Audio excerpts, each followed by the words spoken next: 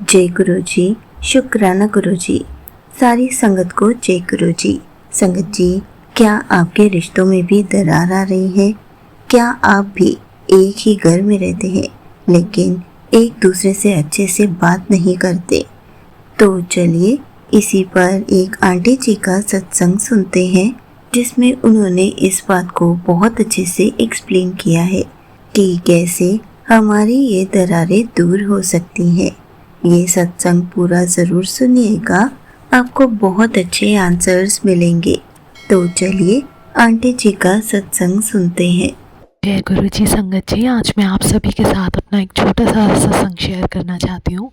ओम नमः शिवाय, शिव जी सदा सहाय। ओम नमः शिवाय, गुरु जी सदा सहाय। तो मैंने अपने पिछले सत्संग में भी शेयर किया था कि मेरे और मेरे हस्बैंड के बीच कुछ टाइम से ऐसा फ़ील होता था जैसे किसी की बुरी नज़र लग जाती है ना, तो ऐसा फ़ील होता था कि ऐसा ही कुछ हुआ है। वैसे तो जब से मैं गुरु जी से जुड़ी हूँ, ऐसा कभी हो ही नहीं सकता कि गुरु जी की संगत को किसी की बुरी नज़र लगे या उन पे कोई भी कुछ भी करवा सके। पर जब बार बार एक ही चीज़ रिपीट होती है तो हम इंसान हैं, हमारे माइंड में ये सेकंड थॉट्स आ ही जाते हैं।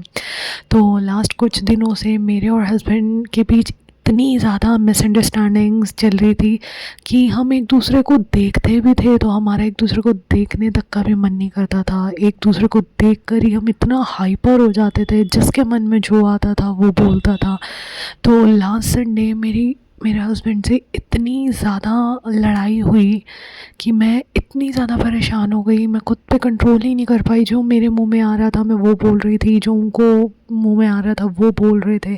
तो मैंने रात को बस मैं इतना रोई, सो नहीं पाई, मेरे माइंड में वही चीज़ें चलती रही और मैंने बस गुरु जी से यही अरदास करी कि गुरुपा, अब आपकी बेटी नहीं बर्दाश्त कर पा रही है। मुझे नहीं पता है कि हमें क्या हुआ है या क्या नहीं हुआ, लेकिन बस मैं आपसे यही अरदास करती हूँ कि अगर आप मुझे सुन रहे हो तो आप कल मुझे मेरे हस्बैंड के साथ बड़े मंदिर बुला लो और हमें ब्लेस कर दो, हमें बिल्कुल ठीक कर दो। अगर हमें किसी की बुरी नज़र लगी भी है तो आप मानेंगे नहीं संगत जी, मैं कितने टाइम से अपने हस्बैंड को बोल रही थी कि मेरे साथ बड़े मंदिर चलिए, बड़े मंदिर चलिए। वो मानते नहीं हैं गुरुपा को, गुरु जी को, लेकिन उन्होंने मुझे कभी किसी चीज़ के लिए मना नहीं किया है। तो वो जाते ही नहीं थे, वो हमेशा मना कर देते थे कि हाँ अभी कुछ दिनों में जाएंगे, कुछ दिनों में जाएंगे। तो बाई चांस की बात है, वो अपने काम पर जा रहे थे मंडे को और मैंने वैसे ही पूछ ली और मैं सो रही थी और मेरी एकदम से आँख खुली और मैंने जस्ट नॉर्मली उनसे पूछा, मुझे उम्मीद बिल्कुल भी नहीं थी, मैंने उनसे पूछा कि आप बड़े मंदिर चलोगे मेरे साथ? तो उन्होंने कहा कि ठीक है, रेडी हो जाओ, होकर आते हैं। और मैं इतनी शॉक्ड हो गई कि ये कैसे हो गया, कि मतलब कल हमारी इतनी ज़्यादा फ़ाइट हुई है और हम एक दूसरे को इतने दिन से मतलब बिल्कुल भी बर्दाश्त नहीं कर पा रहे और एकदम से उन्होंने हाँ कर दी। मैं फटाफट हुई थी और हम बड़े मंदिर होकर आए। संगत जी, ऐसा फ़ील हुआ जैसे इतना हल्का फ़ील हुआ वहाँ से आके। गुरुजी ने हमें ब्लेस किया, हमें वहाँ से निकलते ही एक दूसरे को सॉरी बोला, हम दोनों को ही हमारी गलतियाँ रियलाइज़ करवाई। ऐसा नहीं है कि मैं अपनी जगह ठीक थी या वो अपनी जगह ठीक थे, वो भी अपनी जगह गलत थे और मैं भी अपनी जगह गलत थी और दोनों के ईगो क्लैश होने की वजह से हम अपनी गलतियाँ नहीं मान रहे थे। उस दिन के बाद से आज का दिन है कि हमें गुरुजी ने इतना ब्लेस किया है, जैसे कोई बुरी नज़र लगती है ना तो वो गुरुजी ने बिल्कुल उतार दी, हमें इतना ब्लेस किया। हमें आते ही अपनी गलतियाँ रियलाइज़ हुई, हमने बैठ के डिस्कस किया कि उन्होंने बताया मुझे ये चीज़ अच्छी नहीं लगती, मैंने बताया मुझे ये चीज़ अच्छी नहीं लगती और हम दोनों ही उन चीज़ों पे वर्क कर रहे हैं कि जो चीज़ उन्हें पसंद नहीं है या मुझे पसंद नहीं है वो हम दोनों ना दोहराएं। तो मैं गुरुजी का हर पल का शुक्राना करती हूँ, हर सांस का शुक्राना करती हूँ। गुरुजी ने मेरी छोटी छोटी ख्वाहिश भी पूरी की है और गुरुजी से बस यही अरदास करती हूँ, गुरुजी हर एक को ब्लेस करना, कभी किसी को भी किसी की बुरी नज़र ना लगने देना। बस आपका हाथ है, आपने अगर हमारे सर पे हाथ रखा हुआ है तो ऐसा कुछ भी नहीं होगा। ये तो कर्मों का खेल होता है, जो हमने कर्म किए हैं वो तो भुगतने भी है ना। तो लेकिन उसमें भी देखिए संगत जी, गुरु जी कितने कम में हमारे गलत कर्म जो हमने किए हैं वो काट देते और इतना ब्लेस करते हैं। तो हर पल का शुक्राना गुरुपा, हर सांस का शुक्राना। जैसे ही हम घर से निकले, मेरे साथ ऐसा बहुत बहुत कम होता है, जैसे ही हम घर से निकले, घर से निकलते ही गुरुजी ने अपनी ब्लेसिंग देना स्टार्ट कर दी थी। पूरे रास्ते इतने बटरफ्लाई रूप में दर्शन हुए, मुझे आज तक कभी नहीं हुए। तो जब मैं अपने हस्बैंड के साथ बड़े मंदिर जा रही थी, गुरुजी ने इतनी बार इतने सुंदर बटरफ्लाई रूप में दर्शन दिए घर से निकलते ही। तो हर पल का शुक्राना गुरुजी, हर सांस का शुक्राना। जब से मैंने गुरुजी पे खुद को सरेंडर किया है, तब से मेरी लाइफ बिल्कुल पलट गई है संगत जी। मेरी लाइफ में कुछ भी नहीं था, ना मेरे गोल्स थे, ना मुझे फ्यूचर का पता था, ना मेरी मैरिड लाइफ ठीक चल रही थी, कुछ भी नहीं। आज मेरे को गुरुजी ने मेरे गोल्स भी क्लियर कर दिए हैं, मुझे ये भी बता दिया है कि मुझे किस चीज़ पे वर्क करना है अपने फ्यूचर के लिए, किस चीज़ पे काम करना है। और हर पल हर वक्त गुरुजी ने मेरा साथ दिया है, फाइनेंशियली मेरा इतना साथ दिया है। गुरुजी हर दिन इतने मिरेकल्स करते हैं संगत जी।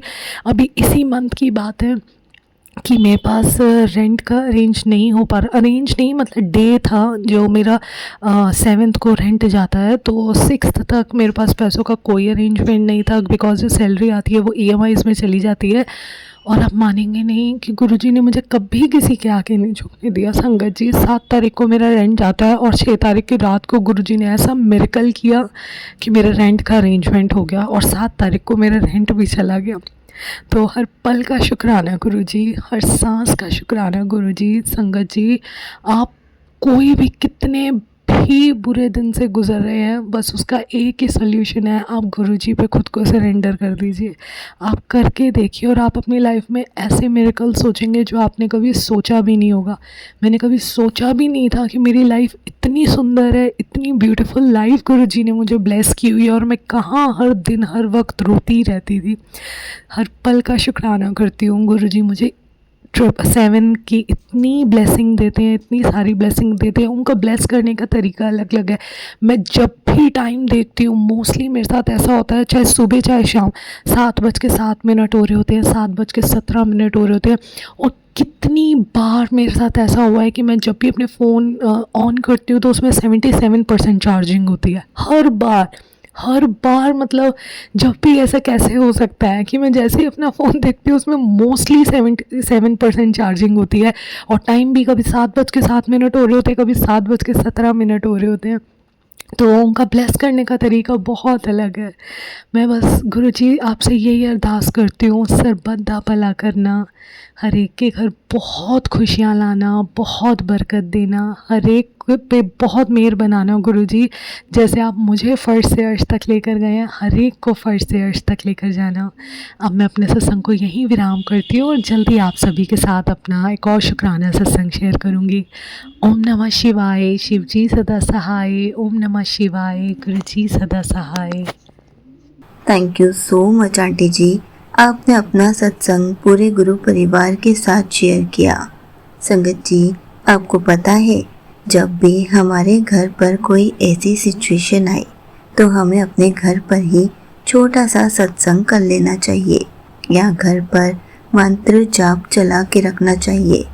अगर हो सके तो बड़े मंदिर होकर आना चाहिए, क्योंकि जब हम इनमें से कोई भी एक चीज़ करते हैं तो गुरुजी हमारे अंदर पॉजिटिविटी ले आते हैं, पूरे घर को पॉजिटिव बना देते हैं, और जिस टॉपिक पर भी दरार आ रही है या दूरियां पैदा हो रही हैं, उन सबको भी दूर कर देते हैं।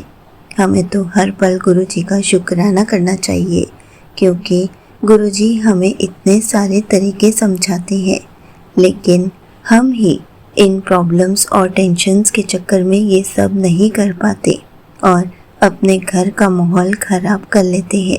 लेकिन जिस दिन हम ये सब बातें याद रखेंगे, गुरुजी के बताए मार्ग पर चलेंगे, तो गुरुजी हर घर में सिर्फ खुशियाँ ही बनाए रखेंगे। संगत जी, उन घरों में सिर्फ पॉजिटिविटी ही हुआ करेगी। इसलिए अपने घर पर हमेशा मंत्र जाप चलाए रखें। हो सके तो हफ्ते में या फिर 15 दिन में एक छोटा सा सत्संग अपने परिवार के साथ ज़रूर कीजिए, या फिर बड़े मंदिर जा सकते हैं तो बड़े मंदिर ज़रूर होके आइए। इससे आपके घर पर हमेशा पॉजिटिविटी बनी रहेगी, खुशियाँ बनी रहेंगी। जय गुरु जी, शुक्राना गुरु जी।